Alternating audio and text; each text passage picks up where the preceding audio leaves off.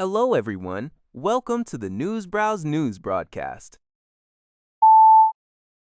Mexican President Claudia Sheinbaum has vowed to launch a thorough investigation into a fatal shooting incident that occurred at the renowned Teotihuacan pyramids, resulting in the death of one Canadian tourist and injuries to another. President Sheinbaum expressed her government's deep sorrow over the Monday incident, stating it was a profound pain. She confirmed she is actively communicating with the Canadian Embassy to address the situation and provide support. Officials have identified the perpetrator as Julio Cesar Jasso, a 27-year-old from Mexico, who later died from a self-inflicted gunshot wound. The incident involved a gunman atop one of the pyramids, prompting tourists to seek cover. The Security Cabinet of Mexico reported that 13 people were taken to the hospital, including Delicia Lee de Jong, a 29-year-old Canadian. While some have been discharged, 8 remain hospitalized. The Teotihuacan pyramids are a major tourist attraction, drawing millions of international visitors annually. This news is from City News Everywhere. Global News reports that Ontario Solicitor General Michael Kerzner has issued an unreserved apology for inaccurate statements regarding the accidental release of inmates. Kerzner initially informed MPPs that individuals mistakenly released from Ontario jails were immediately reapprehended. However, documents from his own ministry revealed that some of these inmates remained at large for months. Facing calls for his resignation from the Ontario Liberals, Kerzner clarified in the legislature on Monday that his intention was to convey that police are notified as soon as such mistakes are identified. He expressed frustration over the improper releases, but declined to comment on when he first learned of the issue. Kerzner outlined measures to improve the system, including digitalizing documents, hiring more correctional officers, and constructing new jails.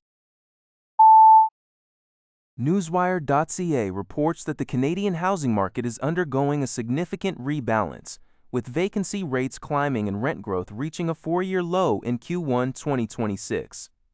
According to Yardy's Canadian National Multifamily Report, the national apartment vacancy rate increased to 5.1%, marking the 9th consecutive quarterly rise and a 110 basis point increase year-over-year. In-place rent growth slowed considerably to an average of 2.7% annually, with average rents now standing at $1,761. Notably, new lease rates turned negative, declining by an average of 1.0% nationally, with 8 out of the top 12 major Canadian metropolitan areas experiencing negative growth.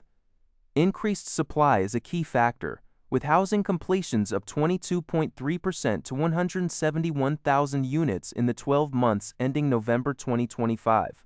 Apartment starts also saw a nearly 10% year-over-year increase. Peter Altabelli of Yardy Canada emphasizes the rapid market shift and the necessity for the industry to adapt using data, technology, and AI to inform decisions on tenant retention and investment opportunities.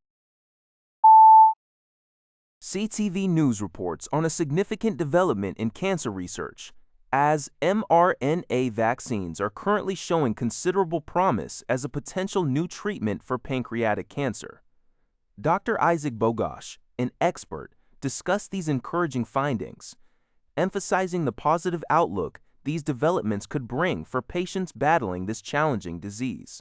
The research suggests a new and hopeful avenue for intervention, potentially improving treatment outcomes and offering renewed hope for individuals affected by pancreatic cancer in the future. This news highlights the ongoing advancements in vaccine technology beyond infectious diseases. Global News reports that Ashton Larmond, an ISIS recruiter convicted during a 2015 counterterrorism operation, is set for statutory release from prison despite retaining extremist views and posing a public danger, according to the Parole Board of Canada. The board has imposed 5 special conditions on his release, including strict monitoring of his phone use and finances, mandatory participation in a treatment program, and residency in a community-based or psychiatric facility.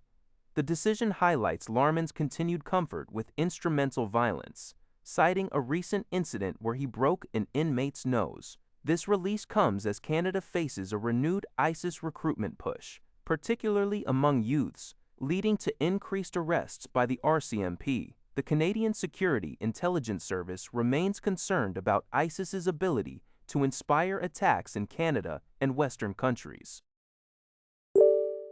That's all for this video. Thank you for watching. See you in the next video.